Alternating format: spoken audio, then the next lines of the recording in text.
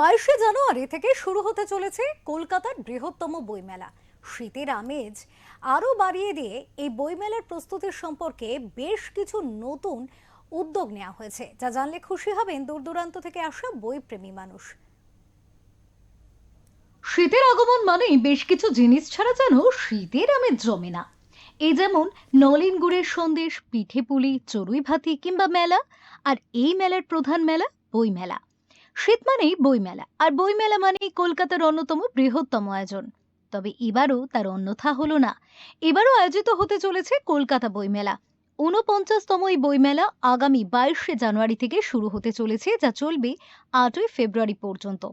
এই বইমেলার উদ্বোধন করবেন রাজ্যের মুখ্যমন্ত্রী মমতা বন্দ্যোপাধ্যায়।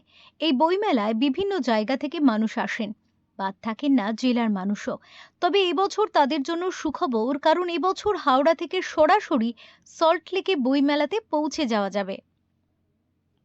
হাওড়া মেট্রোতে চেপে সোজা সল্টলেক বইমেলা প্রাঙ্গণ। আবার বইমেলা প্রাঙ্গণ থেকে টিকিটও কাটা যাবে মেট্রোর। কাজেই এবার বইমেলায় যাওয়া এবং সেখান থেকে ফিরে আসার জন্য চিন্তা এখন অনেক কম, প্রায় নেই বললেই চলে। শুধু তাই নয়, বয়স্কদের জন্য থাকছে হুইল চেয়ারের ব্যবস্থা, থাকবে মেডিকেল ডেস্ক, গুগল কানেক্টেড থাকবে পুরো মেলা। কলকাতা বইমেলার এবছরের theme Argentina.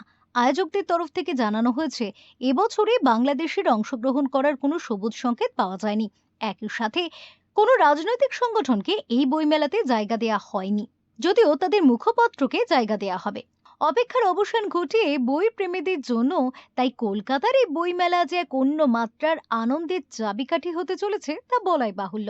Sanjay Roychowdhury report, ওঙ্কার বাংলা।